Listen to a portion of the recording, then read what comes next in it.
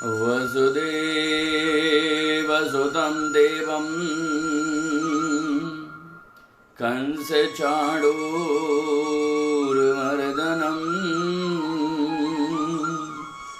देवकी परमानन्दं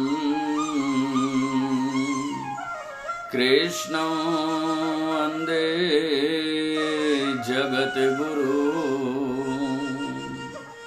कृष्णं वन्दे जगद्गुरु।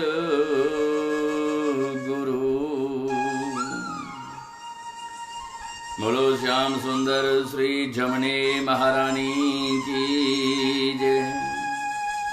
श्री गोवर्धननाथ की जय। श्री वल्लभाधीश की जय। गोसाई जी परम दयाल की जय।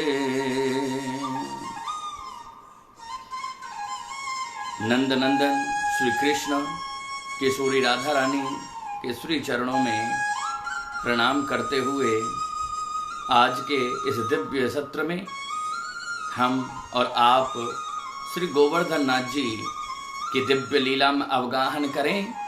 उससे पहले आप सभी वैष्णवों को सादर जय श्री कृष्ण। आहा भक्त वृंदो, कल के सत्र में आपने दिव्य श्री महाप्रभु जी और श्रीनाथ जी का दिव्य मिलन, प्रथम मिलन का चित्रांकन आपने श्रवण किया। ब्रज में जाकर के और इस दिव्य लीला को देखना, इस दिव्य लीला को करना माने बड़े ही अलौकिक सुख की अनुभूति प्रदान करता है।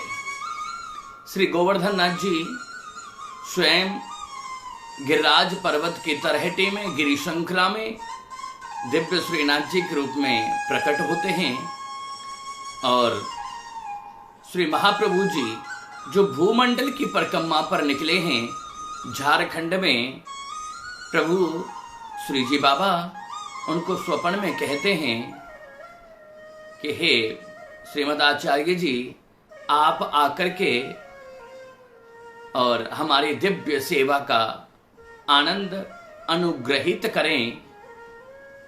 तो श्री महाप्रभु जी, श्री आचार्य जी अपनी भूमंडल की यात्रा को रोक कर, विश्राम करके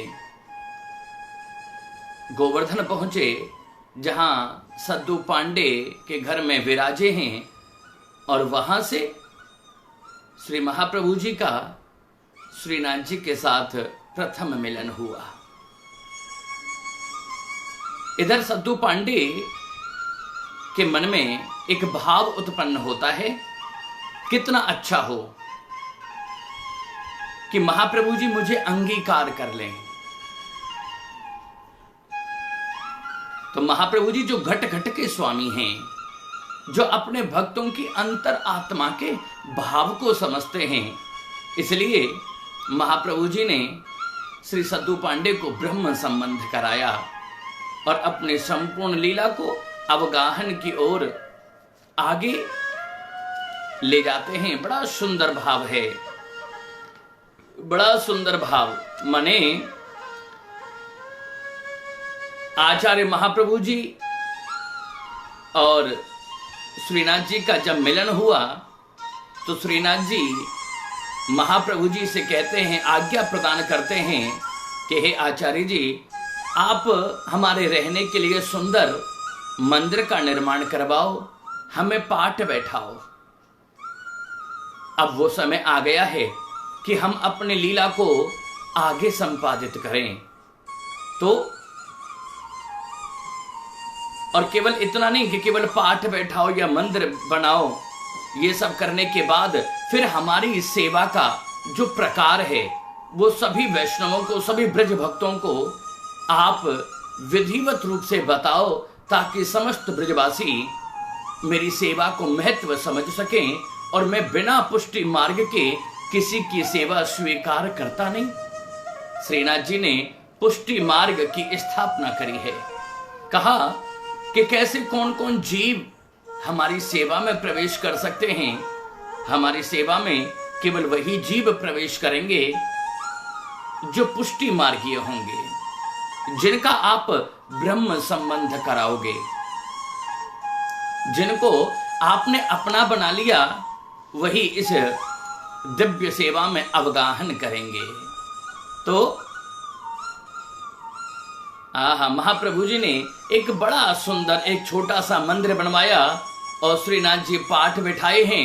तब श्री महाप्रभु जी ने रामदास चौहान को बुलाया और रामदास चौहान को बुला करके उनका ब्रह्म संबंध कराया है और ब्रह्म संबंध करा के आज्ञा करी है कि हे रामदास, अब तू श्रीनाथ जी की सेवा प्रकट कर, अब तू श्रीनाथ जी की सेवा कर।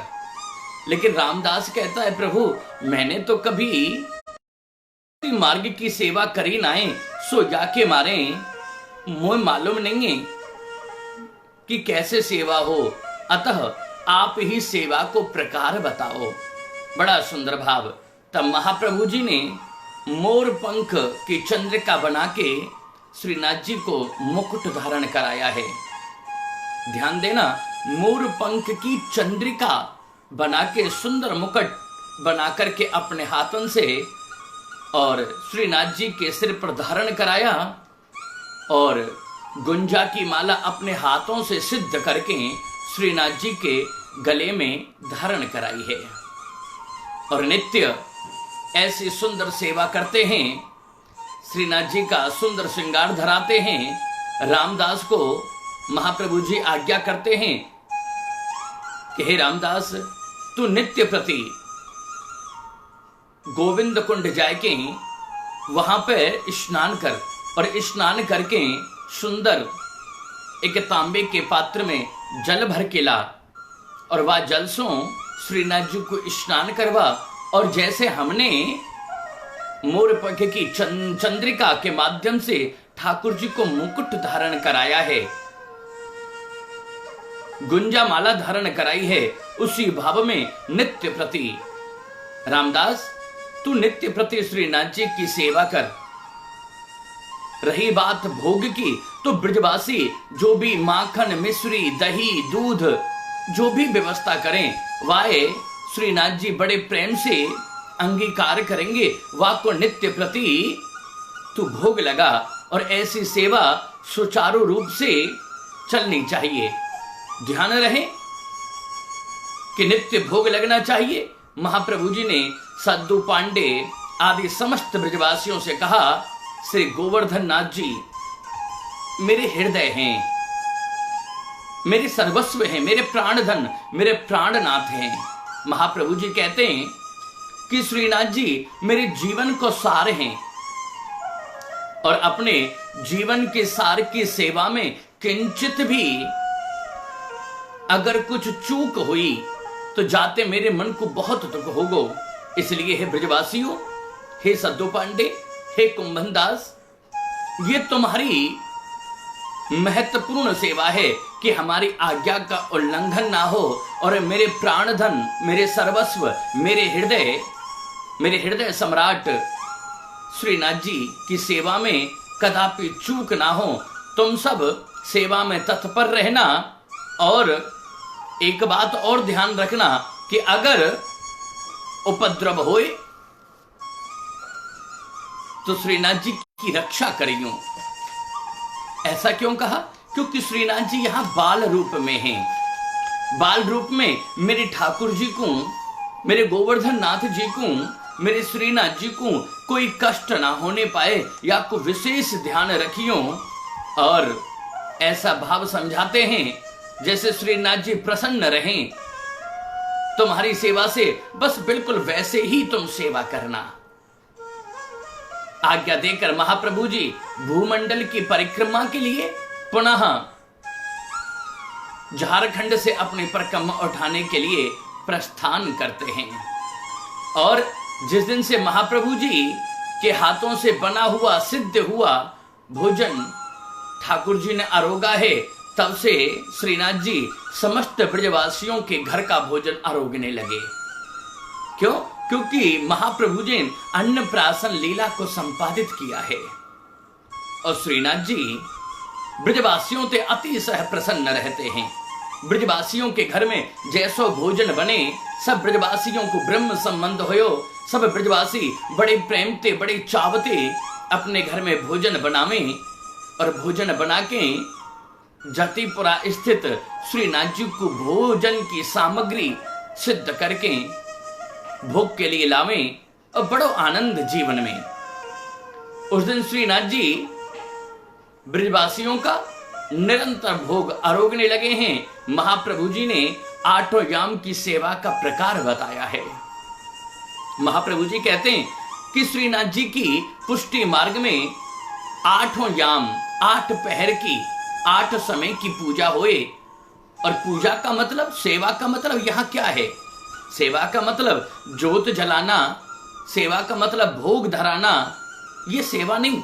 सेवा का मतलब है कि भगवान को इस प्रकार से उनकी सेवा करो कि ठाकुर जी को सुख होए, ठाकुर जी को आनंद होए, जाते ठाकुर जी के चित्त को आनंद होए, वही सेवा है। अब आनंद होने के लिए आपको विशेष सेवा को प्रकार नहीं बनानो, आपको नित्य प्रति ऐसी मधुर सेवा करनी है कि ठाकुर जी श्रीनाथ जी खिलखिला के हंसे, नित्य प्रति उनके जीवन में आनंद रहे। महाप्रभु जी ने 8 याम की सेवा में प्रथम चरण बताया कि सबसे पहले ठाकुर जी को मंगलाचरण, मंगला की सेवा करो। और मंगला की सेवा करने को भाव, मंगला की सेवा को तात्पर्य ये है कि जब प्रातः कालीन स्थिति में आप ठाकुर जी को उठाओ तो वो उठते हुए कैसे प्रसन्न हो, उनकी प्रसन्नता के लिए जो भगवान को प्रसन्न कर दे, वही मंगला है। मंगला को भाव समझायो कि नित्य प्रति ठाकुर जी को जब उठाओ तो सबसे पहले 1 कटोरा दूध मिष्ठान युक्त करके, गुनगुनों करके ठाकुर जी के सम्मुख ले जाओ और बड़े सुंदर भावते, जसोदा मैया के भावते अपने लाला को नित्य प्रति उठाओ, उनको मंगला कराओ, मुख प्रक्षालन करो। एक कपड़ा से ठाकुर जी के मुख को प्रक्षालन करने का मतलब है मुख वस्त्र करना, वस्त्र से मुख को साफ करना। मुख वस्त्र करो, मुख वस्त्र करके प्रातः कालीन परिस्थिति में ठाकुर जी को सुंदर दूध को भोग लगाओ और इस भाव से लगाओ कि आप जसोदा मैया हैं। और जसोदा मैया जैसे अपने लाला से प्रेम करे, जैसे अपने लाला को लाड़ लड़ावे, उस लाड़ से अपने लाला को मंगला करो। बड़े प्रेम से सुंदर पद गाते हुए जननी जगावत उठो कन्हैया, बड़ी सुंदर भाव में लाला की मंगला कराओ।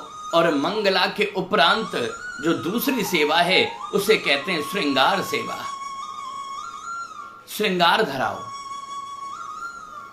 कुछ समय पश्चात मंगला की, कुछ समय के पश्चात अपने लाला को सुंदर स्नान कराओ, उबटन सो स्नान कराए के और सुंदर उनको श्रृंगार धारण कराओ।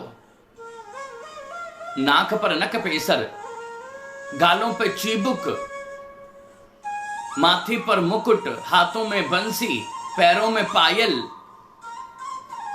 ललाट पर तिलक, इतने सुंदर भावते उनको श्रृंगार धराओ ताकि भावते ठाकुर जी श्रीनाथ जी अतिशय प्रसन्न है जाएं। सेवा ऐसी करनी चाहिए वैष्णवों, जाते लाला को मन प्रसन्न होए, माने कि ठाकुर जी को सुख देना, ठाकुर जी को आनंद देना ही सेवा है। फिर तीसरे भाव की सेवा करो, और जब तीसरे भाव की सेवा करो, सबसे पहले मंगला, उसके बाद श्रृंगार, और श्रृंगार के बाद ग्वाल करना चाहिए। ठाकुर जी को भोग लगाओ ग्वाल के भाव में, कि जैसे ठाकुर जी अब ग्वालिया बन गए हैं और गौ सेवा के लिए, गौ चारण के लिए उनको भाव मन में जागृत भयो है। तो जैसे गौ चारण के समय पर ग्वाल रूप में भगवान की पूजा करी जाए, वैसी पूजा करो जाते कि श्रीनाथ जी के मन को सुख होए, उनको आनंद होए। उसके बाद जो चौथी सेवा है उसे हम कहते हैं राजभोग।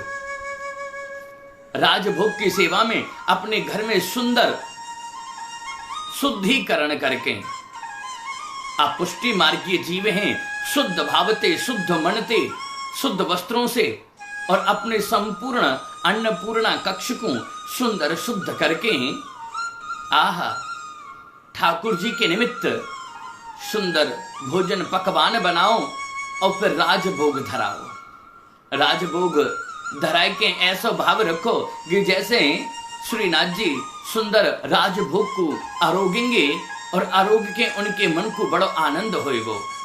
उनके लिए सुंदर मिष्ठान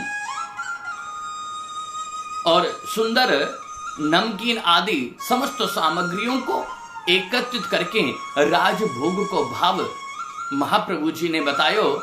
और उसके बाद ठाकुर जी के प्रति ऐसा भाव रखो कि अब श्रीनाथ जी, अब श्री जी बाबा गौ चारण के लिए गिरिराज जी की तरहटी में गौधन को लेकर के गए हैं और पुनः जब वापस आएंगे तो उत्थापन का समय होगा।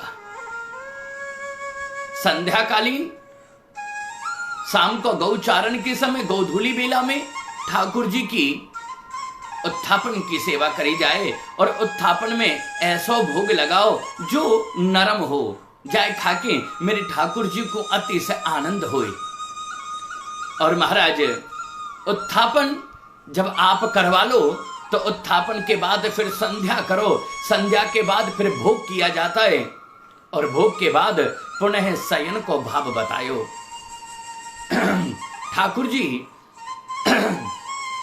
ठाकुर जी के मन में शयन जब सोते हैं तो उनकी कैसे सेवा करी जाए। जैसे एक माँ अपने छोटे से बालक के संग ऐसी अटखेलियां खेले, माने उनको लोरी सुनावे, ऐसे सुंदर भाव में श्रीनाथ जी की ये 8 पहर की 8 याम की सेवा को भाव बतायो। और कही कि सर्दियों में सर्दी की तरह सेवा करो, सर्दियों में गर्म वस्त्र धारण करानो, अंगीठी जला के ठाकुर जी के सम्मुख रखनो जाते ठाकुर जी को आनंद होए। गर्मी में गर्मी की तरह को भाव रखनो, ठंडे वस्त्र धारण कराने और सुंदर फूलों को श्रृंगार करके मेरे ठाकुर जी, मेरे श्री जी बाबा के मन को आनंद होए, ऐसा भाव रखना चाहिए। वर्षा ऋतु में निकुंज का निर्माण करो अपने घर में ही, जहां आपने ठाकुर जी विराजमान किए हैं वहीं पर सुंदर निकुंज बनाओ। एक सुंदर चित्र जी ठाकुर जी की पिछवाई के रूप में और दोनों तरफ सुंदर पिछवाई के रूप में उपवन निकुंज आदि को चित्र जी धारण कराना चाहिए।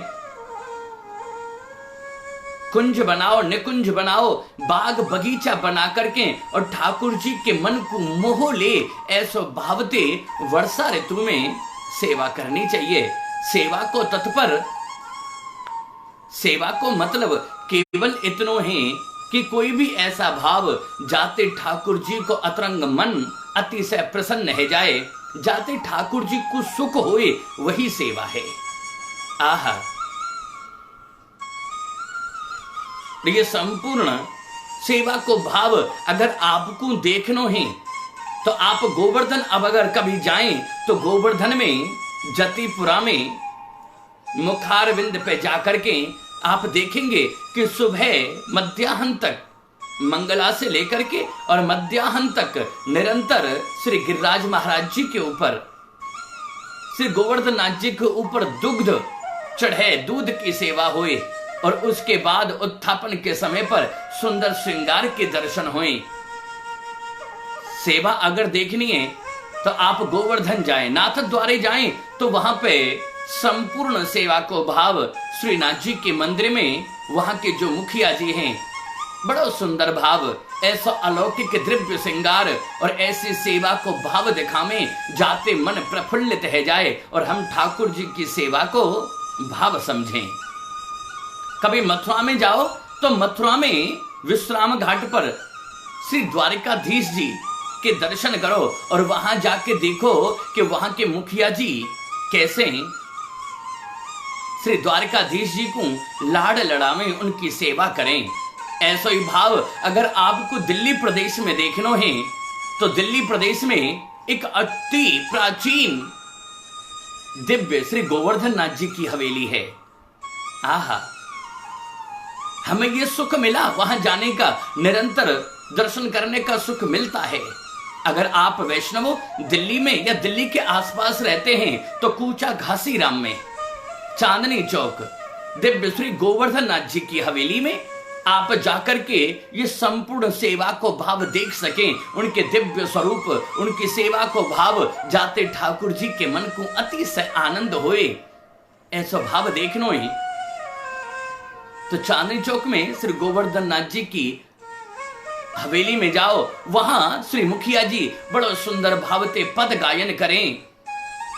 हर बार उसी भाव के पद गावें, जैसे उत्थापन है तो उत्थापन के पद, मंगला है तो मंगला के पद, राजभोग है तो राजभोग के पद, और इतने सुंदर बातसल्य और इतनी सुंदर ठाकुर जी के मन को प्रफुल्लित और प्रसन्न करने वाली दिव्य लीला जसोदा मैया के भावते वहां होता है। वहां कभी जाने का सुख मिले, अगर आप दिल्ली में या दिल्ली के आसपास हैं तो एक बार श्री गोवर्धन नाथ जी की हवेली कूचा घासीराम चांदनी चौक में जरूर जाएं और वहां जाकर के ये दिव्य लीलाओं का प्रकार देखें और अपने जीवन में आनंद लावें, क्योंकि जब आपके जीवन में आनंद आएगा तभी आप ठाकुर जी के आनंद की अभिलाषा या उत्कंठा अपने हृदय में धारण कर सको।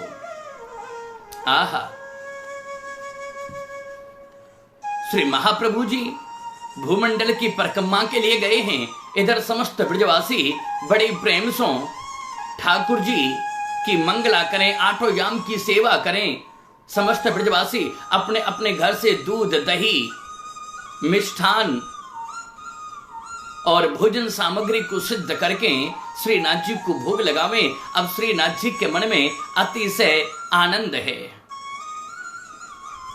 अब उसी भाव में बड़ी सुंदर एक वार्ता जी में एक दिव्य कथा आती है कि गांठोली गोवर्धन के नजदीक है। गांठोली जतीपुरा के पीछे है। गांठोली गांठोली गांव की एक बड़ी सौभाग्यवती इसलिए क्योंकि श्रीनाथ जी की लीला में वह स्त्री प्रवेश करती है। गांठोली की एक सखी है जाको नाम है पाथो। आहा, वह पाथो नित्य प्रति पाथो गुजरी। देखिए कैसा संजोग है, जब कृष्ण अवतार होता है तो बरसाने की गुजरी से ठाकुर जी का प्रेम है, और इधर जब श्रीनाथ जी कलयुग में अवतार लेकर के आते हैं तो भी गुजर वंश से कितना प्रेम करते हैं।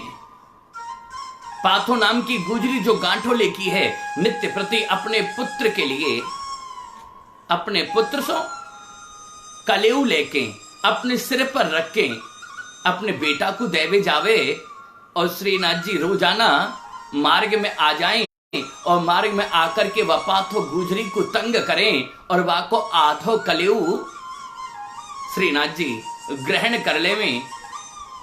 लेकिन इस लीला को देख करके वह पाथो गुजरी के मन में दुख नहीं होता, वो अतिशय और आनंद लेती है कि मेरो कितना सुंदर भाग्य कि श्रीनाथ जी मेरे हाथ को बनो, ये कलेऊ को भोग लगावे। माने कि पाथो गुजरी के मन में बड़ो ही आनंद है। ऐसे ही एक खेमो नाम की गुजरी है गांठोले की, और वह नित्य प्रति उसके यहां पर बहुत गौधन है। उस गौधन को दोहो करके दूध जमावे, जब दही जम जाए तो और बिलो के मक्खन बनावे, मक्खन बना के गोवर्धन में बेचने के लिए आती है। दान घाटी पर श्रीनाथ जी मिल जाते हैं। जैसे बरसाने की गुजरी अपना दूध दही मक्खन लेकर के मथुरा जाया करते थी और ठाकुर कृष्ण दान घाटे पर उनसे अपना कर लेते थे, दान लेते थे दूध दही मक्खन का, वैसे ही श्रीनाथ जी भी आज दान घाटे पर बैठे हैं और वह खेमो नाम की गुजरी जब अपनो माखन गोवर्धन में बेचने के लिए आवे तो श्रीनाथ जी रोक दें, कहें कि पहले मेरो दान दे, जब तू गोवर्धन में अपनो माखन बेच पावेगी। आहा वैष्णवों, बड़े आनंद का विषय है, कितनी उच्च कोटि का भाग्य है उस गुजरी का। जाते ठाकुर जी अपनो दान मांगे। हमारे ब्रज में ठाकुर जी श्रीनाथ जी मांग मांग के ब्रजवासी सौखावे, ब्रजवासियों से अतिशय प्रेम करते हैं श्रीनाथ जी। और उस गुजरी से अपना दान मांगते हैं, अपना दान लेकर के फिर उस गुजरी को छोड़ा। महाप्रभु जी कहते हैं वार्ता जी के माध्यम से कि कितनी सुंदर और अद्भुत लीला है। वो दूध दही जो पहले भी वह गुजरी के घर में होता था, लेकिन अब जब श्रीनाथ जी अपनो दान मांगे तो यह दूध दही को मोल कितनो बढ़ गयो। आहा बड़ा सुंदर भाव है। आज दधे कंचन मोल भई, आज दधे कंचन मोल भई। आज यह गुजरी को दही कंचन के भाव में, माने कि सोने चांदी के भाव में बिक रहे है कि स्वयं श्रीनाथ जी या गुजरी के हाथ से बनो हुए माखन दही और दूध मांग करके दान के रूप में ग्रहण करें। आज ये केवल दूध दही या मक्खन नहीं है, आज या मक्खन दूध दही की वैल्यू या को भाव इतना बढ़ गयो कि आज सोने को भाव भी श्रीनाथ जी ने वह गुजरी ते मांग करके सोने को भाव भी छोटो कर दियो है। आज दधे कंचन मोल भई, कंचन मोल भई, आज दधी कंचन मोल भई। यादधिको ब्रह्मादिक इच्छित, यादधिको ब्रह्मादिक इच्छित, सो ग्वालन बांट दई। आज दधी कंचन मोल भई। जो श्रीनाथ जी के हाथ से ब्रह्मा जी भी इस प्रसाद को चखना चाहते हैं और श्रीनाथ जी अपने ब्रज भक्तों में वो दान लेकर के मक्खन को खुद भी खाते हैं और अपने समस्त ब्रजवासियों में बांट देते हैं। माने कि आज ब्रह्मा भी ब्रजवासियों के सम्मुख अपने आप को छोटा प्रतीत मानता है। ऐसा लगता है कि आज ब्रह्मा जी मन में विचार करते हैं कि आज मेरो भाव इन ब्रजवासियों के भाग्य के आगे बहुत सूक्ष्म है, बहुत छोटो है। आहा बड़ा अद्भुत भाव है। दध की पल टी दुलरीनी, दध की पल टी दुलरीनी, यसुमती खबर पड़ी। आज दधे कंचन मोल भई, आज दधे कंचन मोल भई। और परमानंद दास को ठाकुर, परमानंद दास को ठाकुर, बरबस प्रीत नई। आज दधे कंचन मोल भई, आज दधी कंचन मोल भई। श्रीनाथ जी ब्रज में समस्त ब्रजवासियों के साथ में महाप्रभु जी की आज्ञा से, महाप्रभु जी के सेवा के प्रकार से ये सुंदर अपनी लीलाएं करते हैं और इन लीलाओं में समस्त ब्रजवासी ठाकुर जी के संग अपने जीवन को सुखपूर्वक जीते हुए अपना परम सौभाग्य मानते हैं। अगर हम भी नित्य प्रति आठों याम की सेवा जो महाप्रभु जी ने बताई है, उसी भाव की सेवा को नित्य पुष्टि मार्ग संप्रदाय के अनुसार नित्य प्रति उस सेवा का अवगाहन करें, तो आप सच मानो श्रीनाथ जी निज रूप में हमारे पास भी विराजेंगे। और अगर श्रीनाथ जी हमारे पास विराजेंगे तो हमारो बड़ो सुख होएगो, हमारो बड़ो सौभाग्य होएगो। भक्त वृंदो, आज के इस सत्र में केवल इतना ही। आगे और भी महाप्रभु जी क्या क्या लीला करते हैं, वो संपूर्ण लीलाओं का सुख आप अनुसरण करेंगे हमारे इस फेसबुक पेज के माध्यम से। नित्य प्रति इन लीलाओं को श्रवण करें और अपने जीवन में इन लीलाओं का सुख ग्रहण करते हुए अपने सभी सगे संबंधियों को भी इस दिव्य श्रीनाथ जी के प्राकट्य की लीला का सुख प्रदान करें। इसी के साथ हमारी तरफ से आप सभी वैष्णवों को सादर जय श्री कृष्ण। Finish.